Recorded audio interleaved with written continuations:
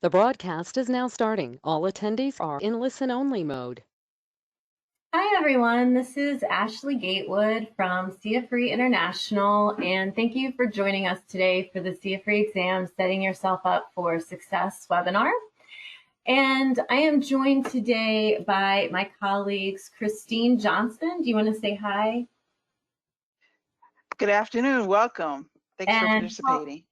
And Paul Cavazos. Hi, everyone. Thanks for joining us today.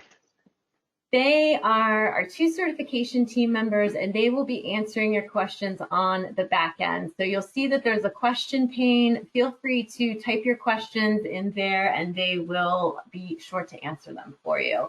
But please keep your questions at a high level. If you have a question such as, I went to a conference in 2016 put on by CGP, how many points is it worth? You know, that kind of thing, we're not going to be able to tell you off the top of our heads.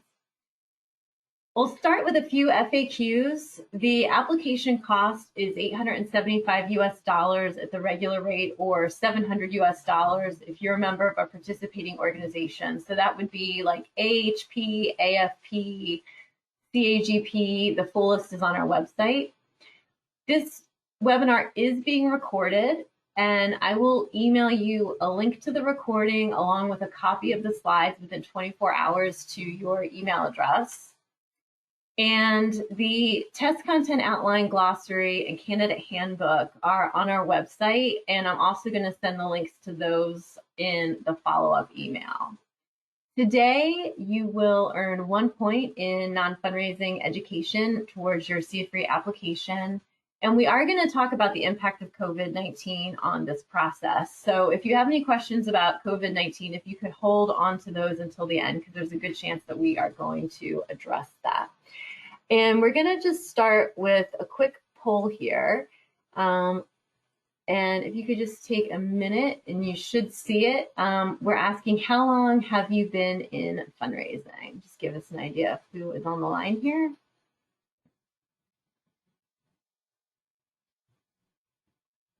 All right. We'll close it in 5 seconds. 1, 2, 3, 4, and 5.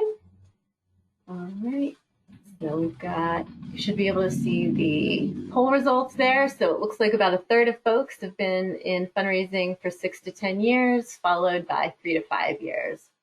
All right, fabulous.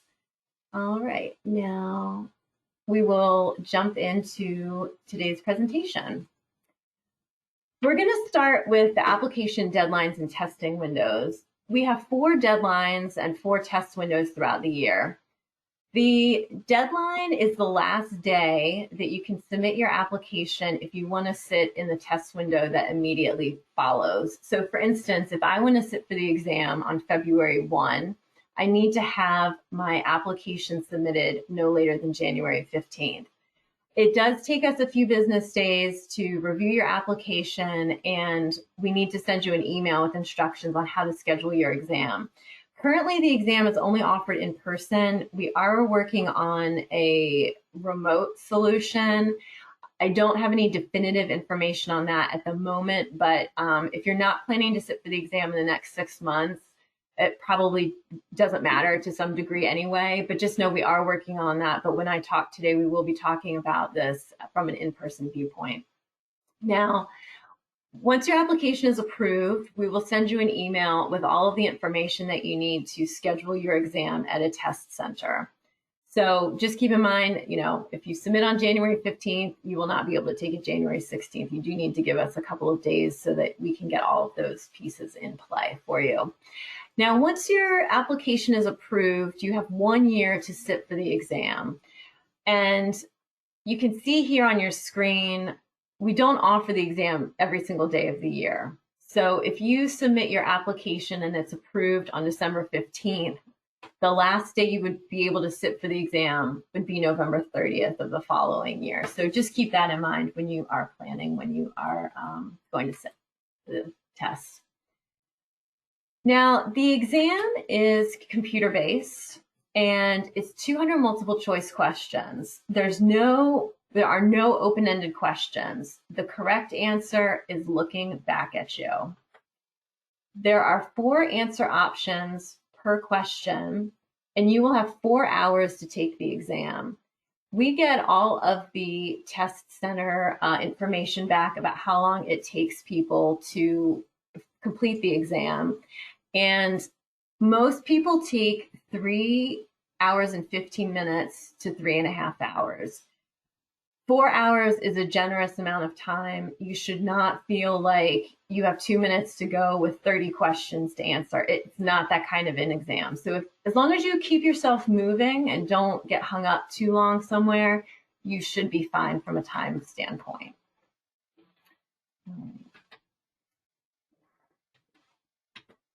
The score range is from 200 to 800, with a passing score being 500.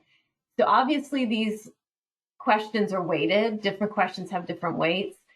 It's a little beyond the scope of today's webinar to get into the psychometrics of all of that, but it is on our website if you're looking for more information about how the scoring works. There is no penalty for a wrong answer, so be sure that you answer every question.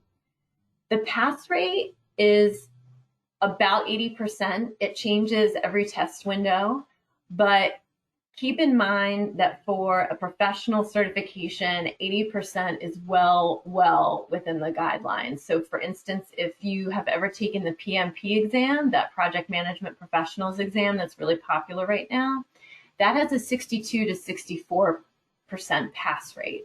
So our pass rate of 80% is very much aligned with what you would be expecting from a professional certification. We don't have a 10% pass rate. It's not that kind of a thing. It's not graded on a curve. What other people score is totally irrelevant to you. We look only at your score. And there are no trick questions. I hear from people, oh, I heard that there's these trick questions and you're really trying to trip people up. And that is not the case at all. It is our goal to measure your knowledge of best practice fundraising via this exam. We have no incentive to try to make this impossible. So please keep that in mind. It's a very straightforward exam without any trick questions. All of the exam questions are written at the 5-year practice level. So assuming that you have at least 5 years of experience fundraising full-time, and so that's essentially without volunteer time, right? Now, you will know that you can submit your application when you have 3 years of experience. So if you fall in that spot of between 3 to 5 years of experience, you will need to study more. And I will later in this presentation show you all the recommendations of time for how long you should study. So just keep that in mind. It is written at the 5-year practice level. And all of the questions are rooted in donor-centric best practices. Some of the questions may ask you what you would do first. So, when embarking on a capital campaign, you would do what thing first, right? That's not an actual question on the exam, but that gives you a flavor for what we would be looking for. So make sure that as you study, you feel comfortable in your knowledge of the order that things should happen. We have no country-specific questions. We're not going to say, how do gift receipts work in China? We don't have any tax law questions, so we're not going to ask you, okay, in British Columbia, what do you have to do in this case? Or what do you have to do in Brazil in this case, right? We're not going to ask you anything like that. This is global, donor-centric, best practice fundraising. I recommend that you slow down and you read every word in every question. When we're anxious, we speed up. And it's very easy to feel anxious in a test-taking situation and to start reading a little too fast, right? We don't want the word thorough to look like the word through. We need to slow down and we need to read every single word in every question and in every possible answer before making the selection. And we're looking for the best answer. This is what people can get stuck on because they'll say, okay, well, there's 4 possible options and 2 of them look really, really good. I can't determine which is right. So in your mind, you want to ask yourself, what is the most donor-centric answer? Because if we're doing right by our donors, then we're fundraising ethically and properly. So if you get stuck between two, don't freak out. Just ask that question to yourself. What is the most donor-centric answer? The exam is laid out across these 6 knowledge domains. So this is probably one of the most important slides of today's presentation. When you look at it, you will see we're very transparent about what is covered on the exam. That these 6 knowledge domains are what you are going to be tested on. And I'm showing you here precisely how many questions align to each of these knowledge domains. And you're going to notice relationship building is over a quarter of the exam. Securing the gift is just about a quarter of the exam. No matter how confident you feel in your fundraising, if you've been in the game 2 decades, please be sure that you devote ample study time to both securing the gift and to relationship building. Okay, now, obviously, when I tell you relationship building or current and prospective donor research, that seems like a very vague topic, right? We have a test content outline, and as I said, that's on our website, and I'm going to send you a link to it afterwards, where you can take a look at the actual breakdown of what falls under each of those knowledge domains. So my recommendation is that you print this out and you take a highlighter and you highlight anything that you don't feel confident you could answer an exam question on. And that's going to help you determine where you need to study. Now, this is usually a lot of people's favorite part of the presentation. We're going to do a breakdown of a question. This is not on the actual exam. It's just for the purpose of giving you a test question. So you get a flavor for how these are set up. And the question asks, what considerations must be made when accepting a non-cash gift? So securities, property, etc. Option 1, the likelihood of the property being sold for cash. Option 2, the value of the gift and tax implications of accepting it. 3, the gift's appropriateness relative to the organization's gift acceptance policy. Or 4, the timing of the gift relative to the annual campaign. So I'll give you a few seconds to mull that over. All right, so the correct answer is 3, because if a gift is not okay per your gift acceptance policy, because the gift acceptance policy is the holy grail for your organization if you can take a gift or not, right? So if it's not appropriate to the gift acceptance policy, you cannot accept it.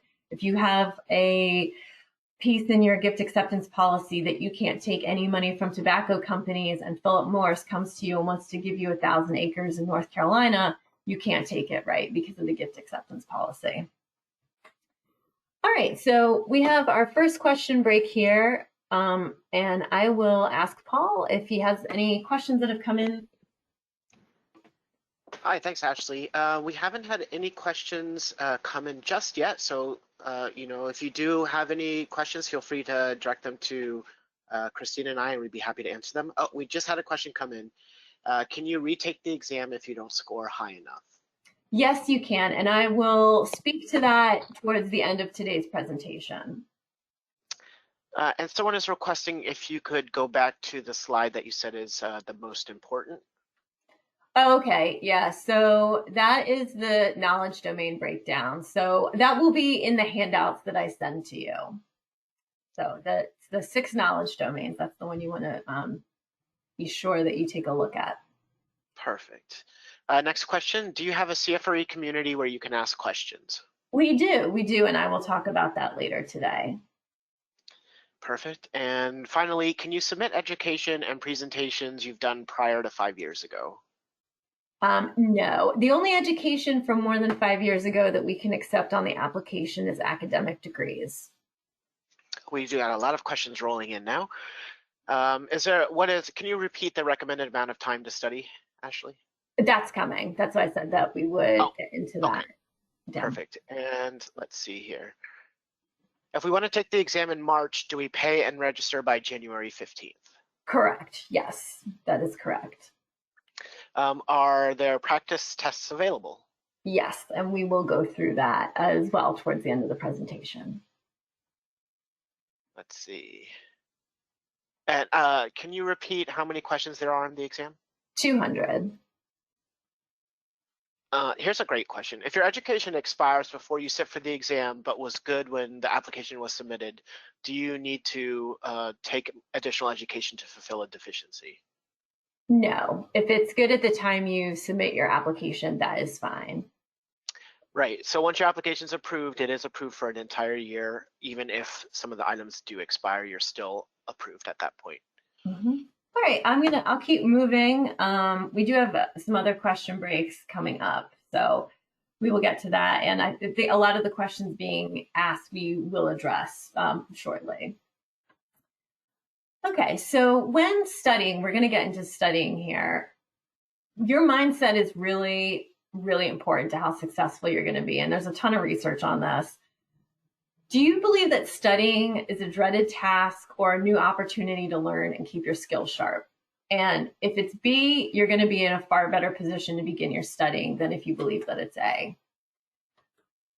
To improve your study mindset, do remind yourself of your skills and abilities. You have X number of years in fundraising, you've been working for X amount of time, you've raised X amount of money, you are a smart, skilled fundraising professional. Remember that your experience and abilities are unique to you. So don't get hung up on, oh, well, my coworker passed it, but she's been doing major gifts 6 years longer than me, and just stop. That's not going to get you anywhere. Your experience is unique to you. Do not compare yourself to other people. Think positively when you study. Think about how you are learning new things that will help you in your daily job. And we hear this all the time. Okay, I started studying for the CFRE, and then the next week I took something I learned while studying and I applied it to a campaign that I was running. So you're making yourself smarter. You're shoring up any areas that need to be shored up through this process. Don't think catastrophically. Please do not start thinking about what's going to happen if you fail the exam before you've even submitted your application, right? That's not a helpful way to think. And again, don't compare yourself to anybody else. So knowing what to study is really important. And as I said before with that test content outline, you're going to print that out and you're going to highlight it and be very honest with yourself about your strengths and weaknesses. What are you most comfortable with? What are you most experienced with? We do offer a practice exam on our website, and you can find that in the study aid section. The practice exam does not have any questions on the live exam. And our recommendation is that you take that practice exam when you begin studying, and it's going to show you all the questions you got wrong. So you're going to know the areas where you need to study, and then take the practice exam when you are done studying to verify that you have addressed any gaps in knowledge that you have. A huge mistake people make is they don't crack open a book. They think, I'm going to just take this practice exam, and then they take it 50 times and they memorize it, and they haven't actually learned the skills needed to sit for the exam, and then they go sit for the actual exam and they're not successful because all they've done is memorize a practice exam and not actually studied. We're looking for best practices, not rote memorization of facts. So you don't have to remember 100 definitions. You don't have to remember a whole bunch of percentages for things, right? That's not what we're looking for. We're looking for best practices. We have a resource reading list, and it's 14 books. People freak out when they think they have to read 14 books. You're only going to read 1 to 3 books that address whatever gaps in knowledge you have are. So you can see that, actually, I think I've got it. There we go. On this right side here, if you look at your screen, next to each book, it says which knowledge domains that book addresses. So when you've highlighted everything on that test content outline, look at where your highlights are clustered. If they're all in knowledge domain 1 or 2, you might want to pick a book that really dives into those 2. You can see here this fundraising basics book. It says comprehensive. So if your highlights are scattered all over, a comprehensive book is likely to be a good avenue for you. You can borrow books from your library or new CFREs. A lot of libraries will order these books in on request. You may want to ask your employer to purchase for your team. So it's not just a book for you, right? You can use it to study for the CFRE, but afterwards it can be available for anyone on your team to read. Or if you do decide to go with a study group, you may want to conquer and divide with other people in your study group what you're going to buy and then share amongst yourselves. Now, this slide up here is from the Amazon US website, but I've seen this on the Canadian and the UK websites as well. So the Achieving Excellence in Fundraising textbook is a very, very popular book that people use to study. It is a comprehensive text. And if you don't have an Audible account yet, there's often on Amazon this special where you can get the audiobook for free for 30 days. So if you are looking to do this on a dime, I highly recommend that you look into the audiobook option of this. Amazon also, you can see here on your screen, this part I'm not sure about Canada and the UK, but you can rent books from them. So the books are cheaper if you do that, and then they have a due date, and it usually runs on a semester kind of concept. So you can see here, I looked at this one, I guess the end of September, and the book would have been due on December 16th if I wanted to do the rental instead of the full purchase. The glossary is on our website, and this is the language of the exam. So when you study, you will absolutely want to devote time to reading through the glossary. When we say acknowledgement, you'll know precisely what we mean. When we say donor, you'll know exactly what we mean. We know that globally, sometimes people use different terms interchangeably, or, maybe even within one country, people use terms a little bit differently. This removes the X factor for you on that. You will know precisely what the language of the exam is. All right, and that brings us to our second question break. Great, thanks. So some good questions coming in. We have some questions asking about the extensions to exam eligibility periods because of COVID. Yeah, sure. So I will address that. Like I said, if you could hold your COVID questions, I will address them throughout the presentation. And anything that I don't get to, feel free to ask in our final question break. Perfect. Here's another question. Do you have to rewrite the exam to keep up the CFRE designation? No. So once you pass the exam, as long as you don't let your certification lapse, you will never have to take it again. The recertification is every 3 years. The information about it is on our website, and you will not have to sit for an exam for your recertification. Perfect. How many knowledge bases are there? 6. Great. And can you please repeat the book rental resource? So that was on Amazon, and it was the Achieving Excellence in Fundraising, 4th edition. So I'll say that again, Achieving Excellence in Fundraising, 4th edition. Great. If your application is audited, what documents are you looking for? Paul will work with you one-on-one if you are audited, and he will let you know what you need. That is more of an application question. So that's going to be, for instance, your proof of attendance at the education that you said you attended. It might be, your academic degree, your proof that you attended that university, that kind of thing. But when you are going on education, even watching a webinar, save your confirmation or registration emails, and that can help serve as your proof. Great, yes, and just to add on to that, I'm always happy to work with you one-on-one. If any of you do get selected for audit, just shoot me an email or give me a call. I generally don't need to verify everything that was included in your application, so we can walk through that together and identify items for validation. Mm-hmm. Let's see here. When you were referring to the glossary in the, was it the glossary of the book that you just had on the screen? The glossary was the last slide we looked at. Yeah, I believe the glossary is it's its own entity that we have as part of our study aids resources. So it's not, I don't think you were talking about a specific book glossary, but rather the glossary of fundraising terms that we offer as a resource. Let's see.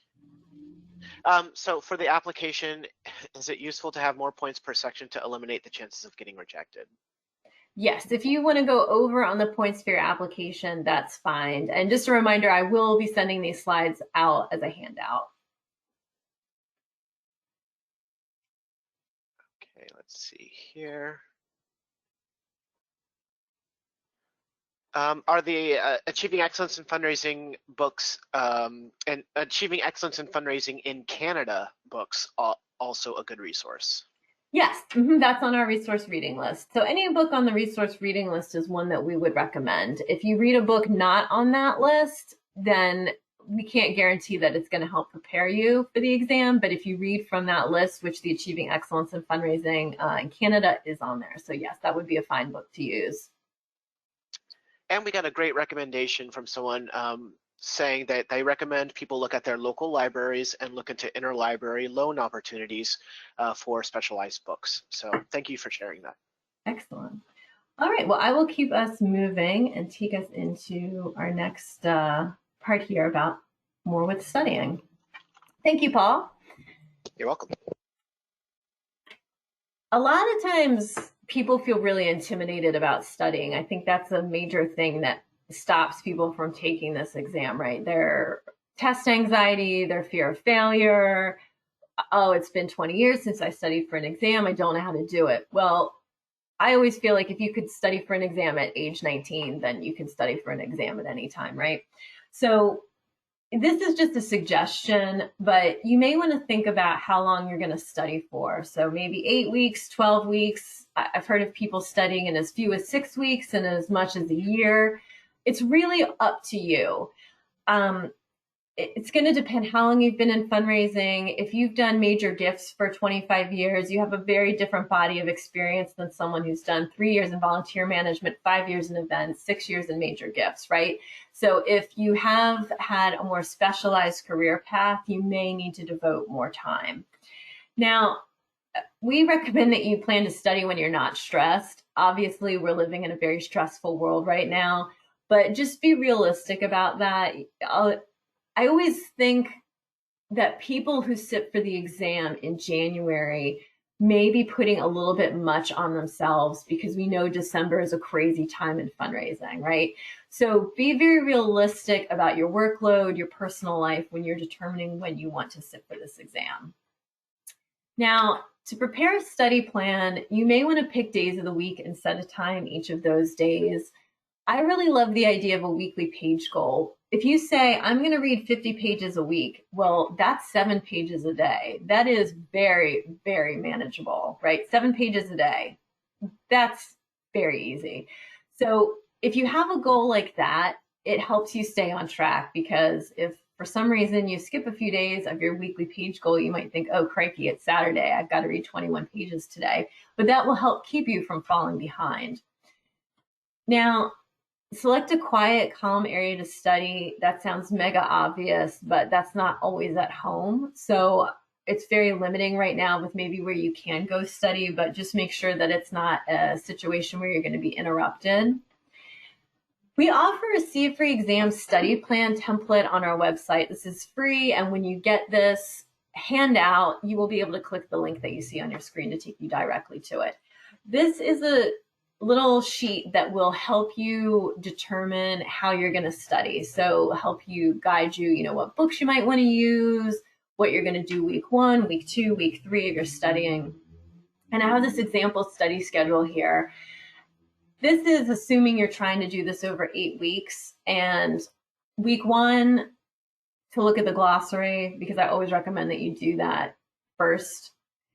Then you might want to break this out by each of the 6 knowledge domains. And then week 8, being the final week, you would do your final review of the glossary and your final read through of your notes. You can obviously take this very easily to a 16-week schedule, as you see on your screen here, by allowing yourself 2 weeks for each of the same items. So there's more than one way to approach this. And people often think, well, how long should I study? We did a survey in 2018 of everyone who had successfully passed the CFRE exam and was still a current CFRE. And this is what people told us. So you can see there's a real sweet spot here for 21 to 40 hours and 41 to 60 hours. We recommend that you study at least 40 hours. You don't want to sell yourself short. This is an important exam. You don't want to have to retake it. So don't cheat yourself. Study thoroughly the first time. If you have fewer than 5 years of experience, because the exam is written at the 5-year practice level, we recommend that you study for at least 80 hours.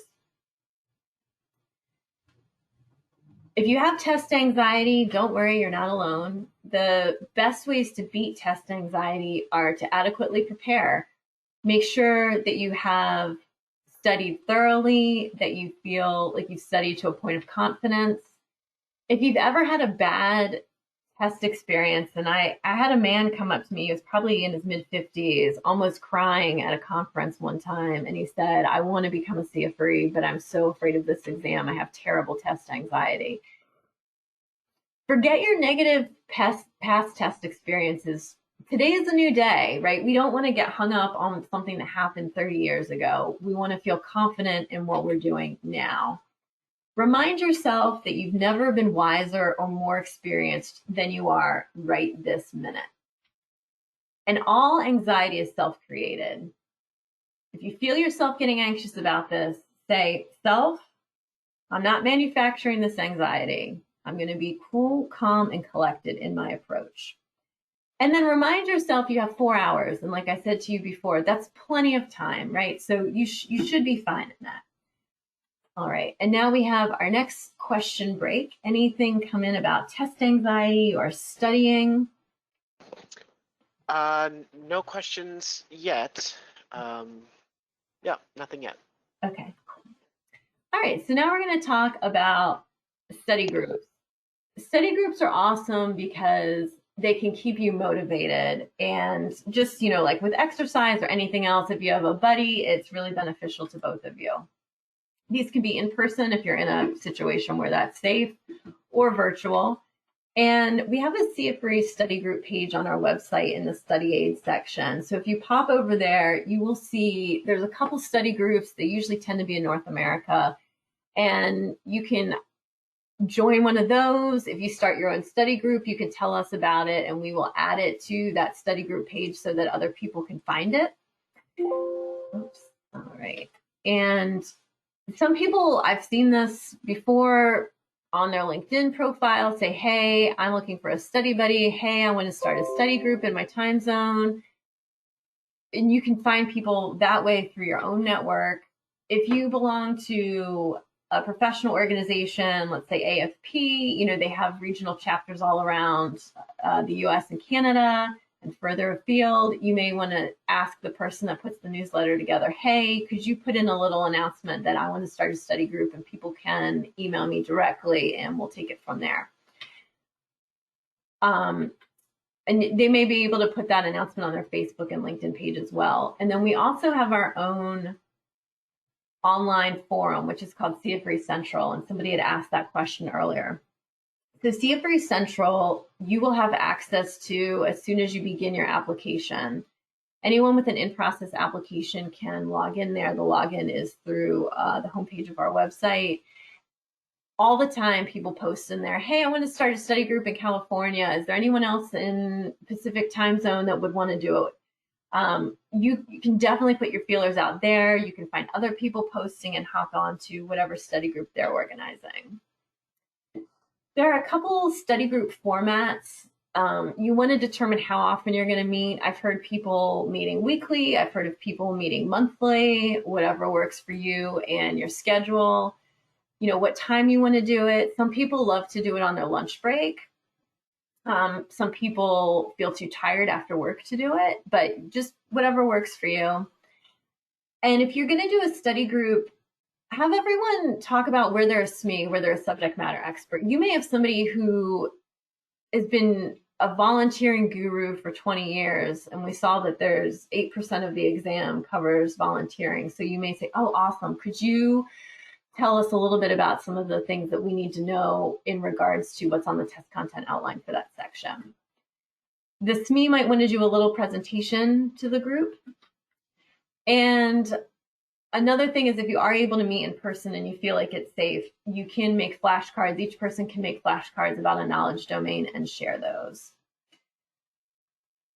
Now, you don't need a minimum number of people. If it's just one study buddy, that can be ample. And there are so many benefits, like being able to share books and being each other's cheerleaders. We hear that a lot. One of the best things about me being in a study group was we all kept each other really motivated. It's easy for life to get in the way, but when you have a study group, it can really be helpful in keeping you accountable.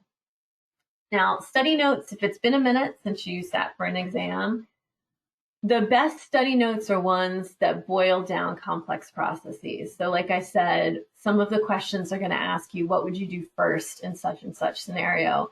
So that might be something where if you come across a new concept in your studying that seems complex to you, write notes down to break that into more bite-sized pieces of information. And newly learned terms and definitions, right? So that glossary, if you read it and you go, okay, I know 98% of the things on here, then you probably don't need to focus a lot of energy studying that, but definitely the terms that are new to you, you're going to want to focus on. There is a ton of research that highlighting passages does not help information stick in your brain. So do write out your actual notes if you want your mind to be able to absorb what you're studying. The practice exam I talked about a minute before, but this is how you can find it on our website. You see under the study aid section, if you click that, there's that drop-down menu and it's the top thing. It is subscription-based and it's $59.95 for 30 days, and that's US dollars, or US $99.95 for 90 days, unlimited access. So like I said, go in there, test yourself before you start studying and when you finish studying. But don't sit there and take it every day for 90 days because that's not going to help you. No question on the practice exam is on the actual exam, and it's really a tool to find your strengths and weaknesses.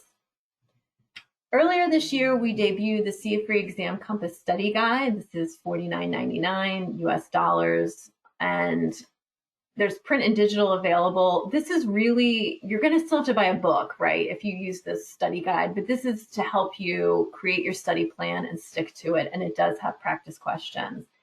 You do not, and I need to stress this, you do not have to purchase either of these to be successful on the exam. You can use these if you feel like it, and if you don't feel like it, you want to save your dollars, that's totally fine too. This is just want you to be aware that these resources are there if you would like. CFRE Central, we've covered, and request an accommodation. So if you have, for some reason, a need for extra time to sit for the exam for a medical reason, there's something else where at the test center you're going to need some kind of assistance, we are very, very happy to work with you on this, and we want everyone to be able to have a free and fair testing experience. So we request that you make that request at least 60 days prior to your desired exam date, and Paul will be happy to work with you to make sure that you receive whatever accommodation that you need. The day before the exam is a very important day, and you want to do everything you can to be in the right frame of mind. I always recommend to consider taking off work. If I'm going to sit for the exam on a Saturday, I don't want to have a really crummy day at work on Friday. I want my mind to be free of worry. I don't want to be at work on Friday and have a cranky board member call me at 4 p.m. and ruin my mojo, right? So if you're able to take the day off work, I recommend it. Reread your notes one last time. Obviously, this isn't the time to study, but have another read of those and the glossary, and remind yourself how thoroughly you've prepared. Start really amping yourself up to feel confident to take the exam. The night before, don't cram, and make sure you get a full night of sleep so that you can be your best. We also recommend that you know the route to the test center in advance. If you're going to be driving there, you may want to actually do a practice drive before you get there. If you're taking public transit, you might want to do a trial run of the public transit for how long it takes you to get there. And that will all help you feel more confident and ready on exam day. If you need money for parking, make sure you have it. Make sure you'll know if it's metered parking, right? Because you don't want to park in a meter that is only good for 2 hours. So just make sure that you have this knowledge for your test center before the day of the exam. And just keep thinking positively. You're going to want to arrive 45 minutes before your scheduled test time. So make sure that you have everything in order the night before so that you can make that happen, right? You might want to lay your clothes out in advance. You might want to get your breakfast game ready, all of that stuff so that you can be free from worry that day. You're going to want to eat a full breakfast because, well, that's not the night before, but obviously in the morning, because you're not going to be able to eat in the test center. And I'm going to talk more about that in a few slides. Now, Pearson VUE is our test center partner. And if you go to this URL, you see at the top of your screen, you can find your nearest test center. Please don't ask Paul and Christine to look this up for you because it is self-service. If you go to pearsonvue.com/CFRE, you can type in your postal code or zip code or city, whatever, and it's going to populate what you see on your screen here. So I've run this for Atlanta. It's going to show you a map with where the testing centers are, and then there's going to be a list on the left side with the address and a link to each of those individual test centers. This is what the exam center looks like. There are very strict COVID protocols in place. You do need to wear a mask. They are social distancing. There is hand sanitizer, all of that good stuff. There is a page on the Pearson VUE website all about the COVID protocol. So because this is such a fluid situation, you know, what is in effect today may not be what's in effect if you're going to sit for the exam in May, right? So you may want to keep an eye on that. Each testing center will have individual testing stations and security cameras. The security is very high at a Pearson VUE test center. When you take the exam, don't panic. Read carefully, like we've said. And you can flag any questions that you're unsure about, which is awesome. So you could flag them and return to them later, and I'm going to show you what that looks like in a couple of slides. There's no penalty for a wrong answer, so be sure you answer every question, even if you feel uncertain about it. When you get to the test center, you'll have the option, if you want to do this little 15-minute tutorial to get familiar with the testing interface. This is what that looks like. I have a couple of screenshots out of it. So you're going to note here that it's going to show you the time remaining. So you're always going to know where you are from a time perspective. It's always going to show you what number question you're on. So when you flag a question, you will be able to write, and there will be scratch paper or a whiteboard. You can write down the numbers of those questions that you want to go back to. And you can move forward and backward inside the exam, which is really cool because let's say on question 48, you're super stumped. You really have no idea, but you get to question 125 and it jogs your memory about question 48. You can just scoot on back to question 48. So at the test center, there is an admissions process, and you're going to need to bring your 2 forms of government ID, and one of them is going to have your signature and photo. The name on your ID is going to need to match the authorization to test letter that we send you. So just make sure that when you are doing your application, that your name is exactly going to be what is on your government ID. Wear layers. Temperatures can vary wildly and they're not going to adjust the thermostat. So be sure that you wear layers to be comfortable. Now, there are water coolers on site. You cannot bring a water bottle because people hide notes in water bottles. People put alcohol in water bottles. So there's no drinks allowed in there. They don't want anyone spilling Coke across a keyboard and getting it sticky, right? So that's why there's no outside drinks permitted inside. You can use the restroom, but just keep in mind the clock is going to keep ticking. You're going to be given scratch paper or a small whiteboard to take notes on, so you can't bring your own paper in. And other people in this test center are going to be taking a whole variety of exams, right? Somebody might be taking a CPA exam. Somebody might be taking an architectural licensure exam. It's not just going to be CFRE folks. Now, you cannot bring a variety of things into the testing center. No books, no reading materials, no food, no drinks. If you have a medical reason that you need food, that's when you can request an accommodation that would fall under that. No calculators, no papers of any kind, no cell phones. People get really anxious to be separated from their cell phone. So just remember, you're not going to have access to it while you're taking the exam. You may want to leave it in your car. There are lockers at most of the test centers, so you can leave your phone in there if you want. Now, once you finish, on the screen, you will immediately see your score. You will know straight away if you passed or if you didn't.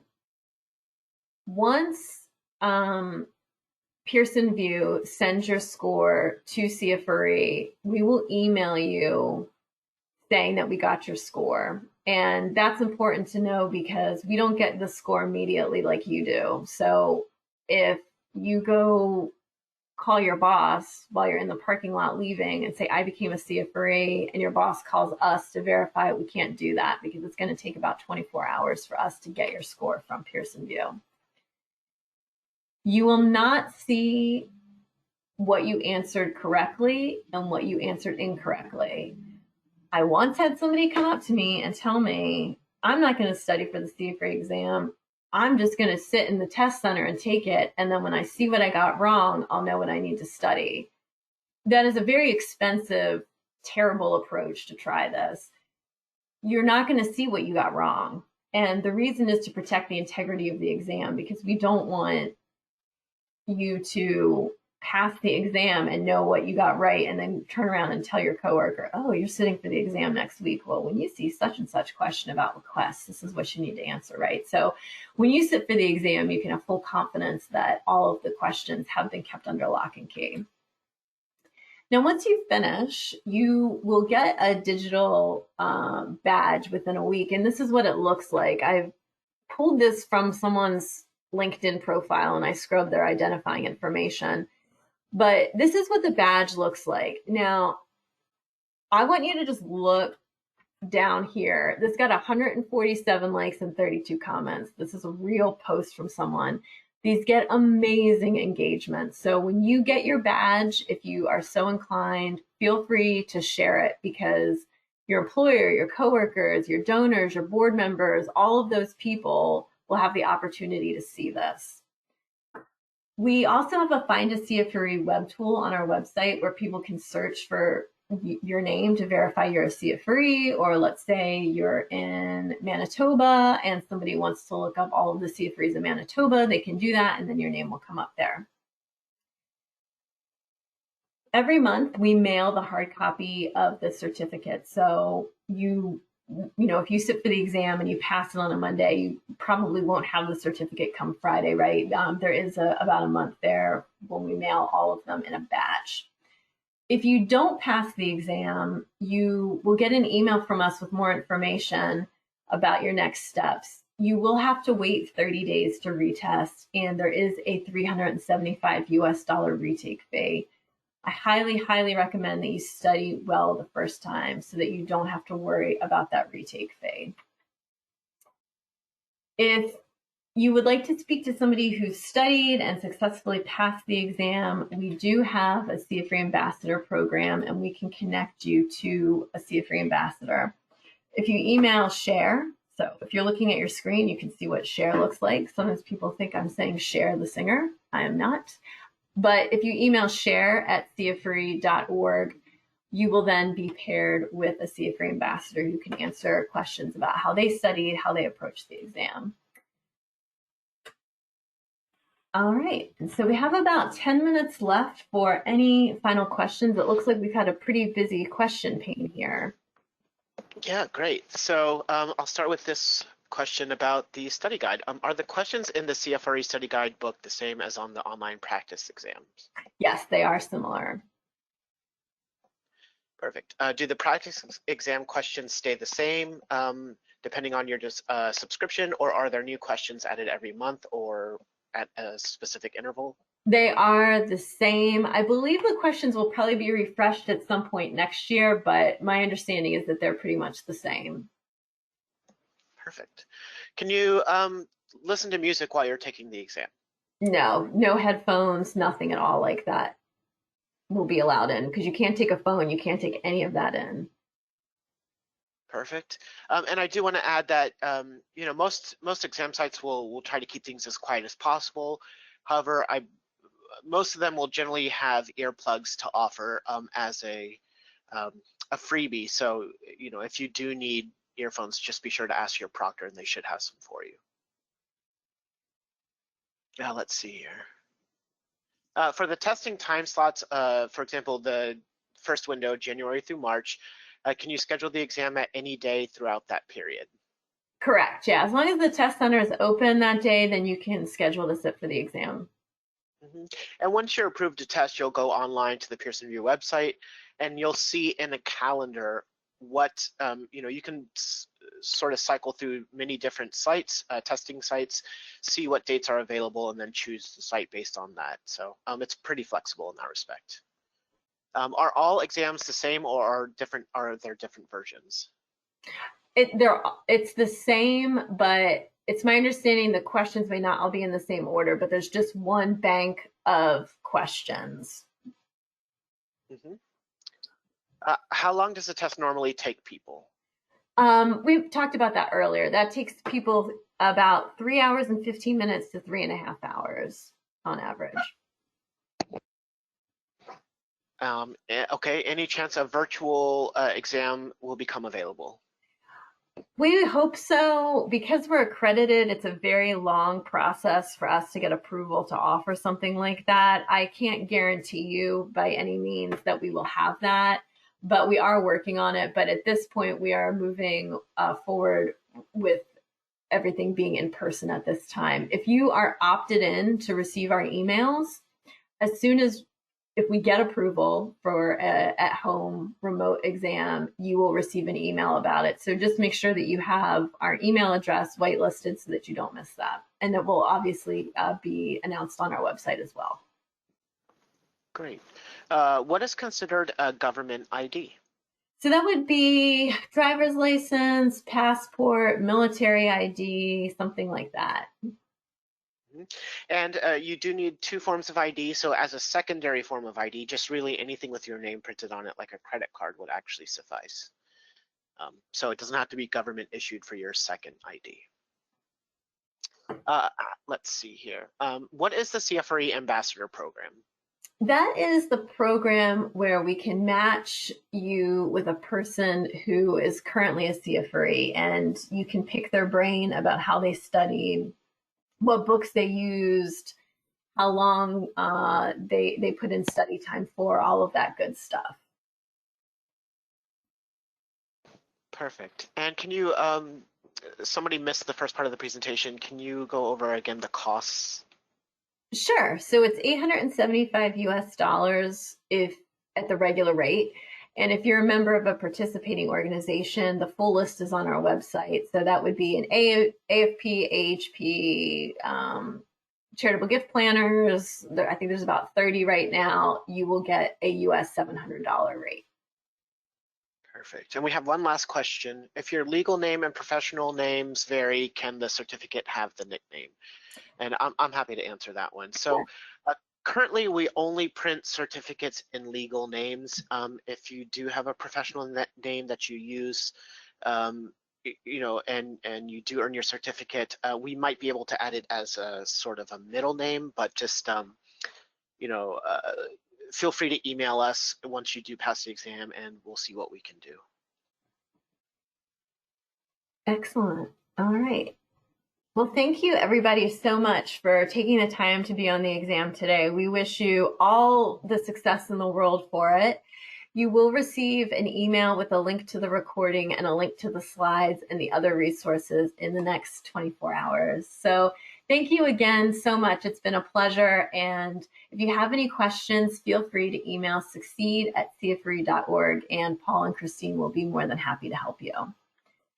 Take care and have a wonderful rest of your week. Bye. Thank you, everyone.